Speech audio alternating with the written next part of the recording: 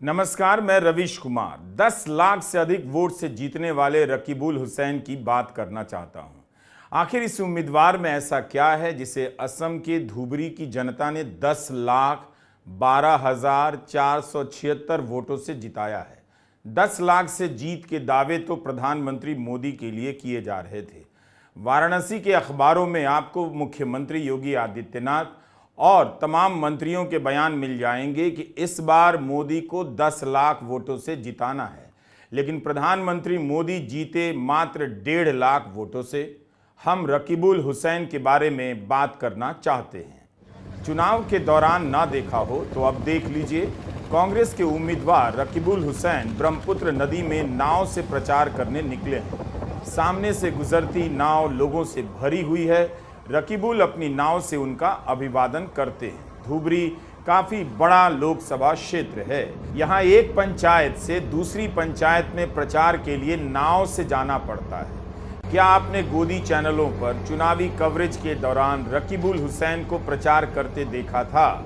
हमारे देश में एक से एक नेता हैं, मगर 10 साल से गोदी मीडिया के चैनलों पर केवल मोदी ही दिखाए जाते हैं।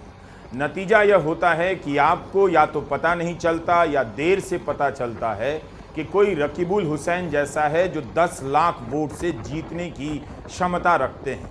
इंदौर में बीजेपी के उम्मीदवार शंकर लालवानी को 11,72,000 वोट मिले हैं, मगर यहां से कांग्रेस के उम्मीदवार ने अपनी दावेदारी वापस ले ली थी। इंदौर में 2 लाख से अधिक नोटा पड़ा है।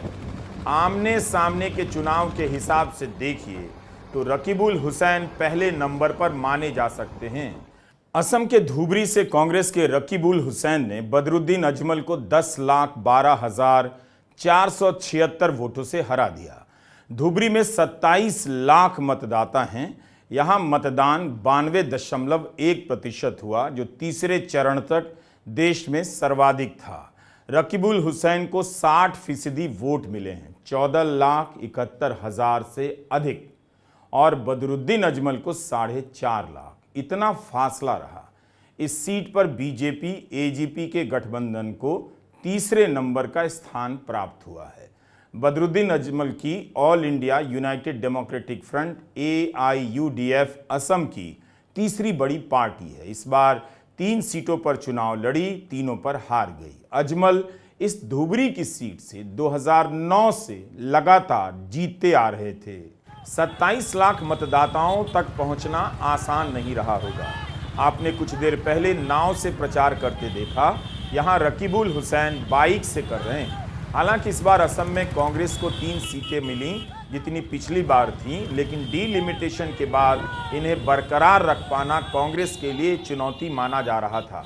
गौरव गोगोई की जोरहाट से जीत विशेष मानी जा रही है, क्योंकि डीलिमिटेशन के चलते उन्होंने अपनी पारंपरिक सीट कालियाबोर खो दी और वे इस बार नई सीट से बीजेपी के सिटिंग सांसद तपन गोगोई के खिलाफ चुनाव लड़ रहे थे। असम के मुख्यमंत्री हेमंता बिस्वा शर्मा ने उनके खिलाफ बेहद आक्रामक प्रचार अभियान भी चलाया।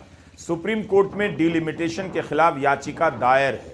जिस धुबरी से रकीबुल हुसैन चुनाव लड़ रहे थे वो उनका गृह क्षेत्र नहीं है, घर नहीं है।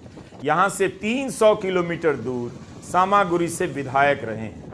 रकीबुल हुसैन ने 2001 से विधायकी का चुनाव लड़ना शुरू किया। पहली बार में ही जीत गए, उसके बाद से कभी नहीं हारे। 5 बार विधायक रह चुके हैं और इस समय असम विधानसभा में कांग्रेस के उपनेता भी हैं। 2016 में जब बीजेपी की लहर चल रही थी तब भी जीत गए। रकीबुल ने अपनी राजनीति की शुरुआत NSUI से की, जब वे नौगांव के जिला अध्यक्ष बने। बाद में असम के अध्यक्ष भी बन गए NSUI के। 2001 में तरुण गोगोई ने विधानसभा का टिकट दिया और रकीबुल जीत गए।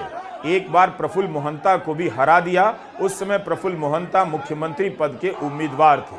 रकीबुल के पिता भी विधायक रह चुके हैं। तरुण गोगोई सरकार में 2002 से 16 तक मंत्री रहे।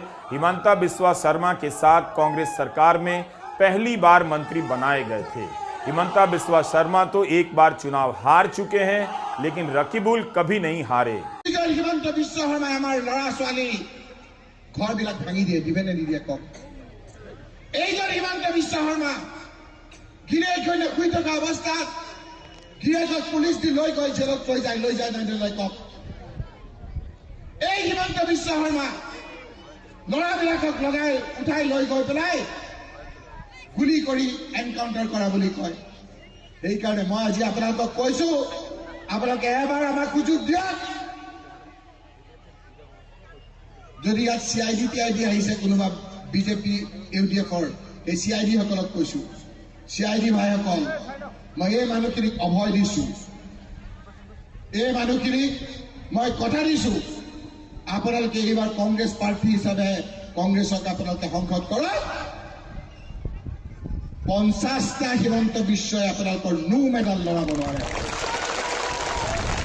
পুনৰ কৈছো, আপোনালোকে আপোনালোকৰ ভোট কংগ্ৰেছ পাৰ্টিক দিয়ক। 50টা হিমন্ত বিশ্বই আপোনালোকৰ নো মেডাল লৰাব নিদিওঁ। আপোনালোকৰ সন্মুখত থিয় হৈ থাকিম, বেয়াৰ নিচিনা আপোনালোকৰ থিয় হৈ থাকিম। हिमंता बिस्वा शर्मा ने तो यह भी दावा किया था कि गौरव गोगोई चुनाव नहीं जीत पाएंगे, मगर गौरव जीत गए। लेकिन रकीबुल को 10 लाख से अधिक वोट मिला है। असम की राजनीति में क्या कोई नया नेता उभर कर आ रहा है? कई बार यह बात रहस्य की तरह लगती है कि आखिर राजनीति में कोई नेता क्या करता है कि वो मीडिया में भी नहीं आता, लेकिन जनता के बीच उसकी जड़ें गहरी होती हैं। मोदी दौर में यह फॉर्मूला बना दिया गया कि बिना टीवी की राजनीति नहीं कर सकते, लेकिन मुख्यमंत्री पद से हटने के बाद शिवराज सिंह चौहान भी मीडिया से दूर हो गए। खुद को विदिशा में इतना खपा दिया कि 8,21,000 वोटों से जीत गए। अमित शाह की चर्चा है, वे 7,44,000 वोट से जीते, लेकिन उनसे भी ज़्यादा वोटों से जीते हैं CR पाटिल। और इन सभी के गुरु नरेंद्र मोदी केवल 1.5 लाख वोट से जीते। गुना से ज्योतिरादित्य सिंधिया 5,40,000 वोट से जीते हैं। लेकिन इन सब में रकीबुल हुसैन की जीत बड़ी है। असम के दूर दराज इलाके से आते हैं, इसलिए मीडिया शायद ही उन तक पहुंचे। साथियों, इस इलेक्शन में एक सिद्धांत लेना है आप लोगों को कि आप लोग ये अत्याचार करने वाला चीफ मिनिस्टर हिमंत बिस्वा शर्मा को आप चाहते हैं या नहीं चाहते हैं। अगर हिमंत बिस्वा शर्मा को चाहते हैं, हमारा खुला बात है, तो आप उनका दोस्त बदौटी राजबंशी को वोट दीजिए। अगर हिमंत बिस्वा शर्मा का शासन का अंत चाहते हैं, तो इस बार आप लोग सिद्धांत लीजिए, कांग्रेस का उम्मीदवार रकीबुल हुसैन हमको वोट दीजिए। हम आपको उम्मीद करते हैं, हम आपको वादा करते हैं, अगर कांग्रेस का उम्मीदवार रकीबुल हुसैन को आप वोट देंगे, तो हम आपको वादा करते हैं कि हिमंत बिस्वा शर्मा 1 नहीं, हिमंत बिस्वा शर्मा 2 नहीं, हिमंत बिस्वा शर्मा 3 नहीं, हिमंत बिस्वा शर्मा 50, कोई आपको एक बाल बाका नहीं कर सकते हैं। ये हमारा वादा है आप लोगों के सामने। आप लोग वोट दीजिए रकीबुल हुसैन को और ये अत्याचार करने वाला चीफ मिनिस्टर का शासन का अंत कीजिए। यही हमारा गुजारिश आप लोगों को है। इस चुनाव में जो मोदी का चुनाव कहा जा रहा था, कांग्रेस का उम्मीदवार 10 लाख से अधिक वोटों से जीतता है, वह भी एक मुस्लिम उम्मीदवार, जब तमाम राजनीतिक दल मुसलमानों को टिकट देने से कतराने लगे हैं। रकीबुल हुसैन का जीतना मायने रखता है।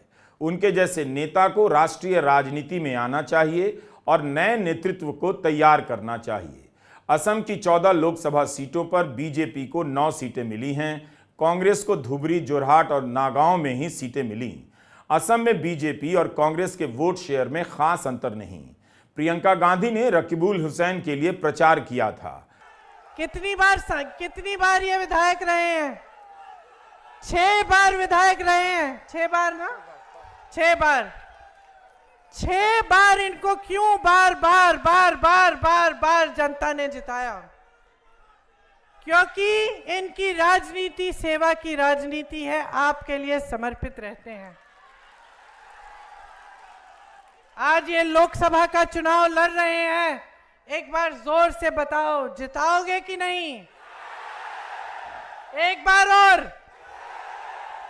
यहां से, डुबरी से पूरे देश में संदेश भेजो, पूरे देश में, कि भाजपा और जो भाजपा के साथ छुपी साठगांठ रखने वाली पार्टियां हैं, उनको जनता सबक सिखाएगी और जनता एक ऐसी राजनीति इस देश में वापस लाएगी जो सेवा की राजनीति है, जो सच्चाई की राजनीति है और जो जनता की समस्याओं को हल करने वाली राजनीति है। आप सबने इतनी धूप में इतनी लंबी बात सुनी मेरी, इसके लिए आपका बहुत बहुत धन्यवाद। इनको भारी बहुमत से जिताओ, चुनाव के बाद मैं वापस आऊंगी। प्रियंका गांधी ने कहा था कि रकीबुल को भारी बहुमत से जिताइए तो वापस धुबरी आऊंगी। उत्तर पूर्व के राज्यों में इस बार कांग्रेस की सीटों की संख्या 4 से बढ़कर 6 हो गई है। इसमें भी सबसे खास कांग्रेस का पिछले 1 साल से ज्यादा समय से जातीय हिंसा से जूझते मणिपुर राज्य की दोनों सीटें जीतना है। कांग्रेस के उम्मीदवार को 10 पार्टियों के गठबंधन का समर्थन प्राप्त था। कांग्रेस इनर मणिपुर की मैतेई बहुल सीट पर भी जीती है और आउटर मणिपुर की जनजाति सुरक्षित सीट पर भी। इनर मणिपुर में जीते कांग्रेस के उम्मीदवार बिमोल अकोईजाम नई दिल्ली की जवाहरलाल नेहरू यूनिवर्सिटी में प्रोफेसर रहे हैं। कांग्रेस नेता राहुल गांधी दूसरे विपक्षी दलों के नेताओं के साथ मणिपुर का दौरा करने गए थे। वे वहां हिंसा के शिकार हुए लोगों से मिले और उन्होंने संसद के अपने भाषण में भी उस अनुभव को साझा किया। जनवरी 2024 में अपनी भारत जोड़ो न्याय यात्रा की शुरुआत इसी हिंसाग्रस्त मणिपुर की जमीन से की। प्रधानमंत्री नरेंद्र मोदी मणिपुर का दौरा करने एक बार भी नहीं गए। 2019 के चुनाव के मुकाबले इस बार के चुनावी नतीजों में पूरे उत्तर पूर्वी भारत में बीजेपी की सीटें घट गई हैं। भाजपा और उसके सहयोगियों ने 2019 में 25 में से 19 सीटें जीती थीं, वहीं इस बार उनकी सीटें घटकर 15 पर आ गई हैं। नमस्कार, मैं रविश कुमार।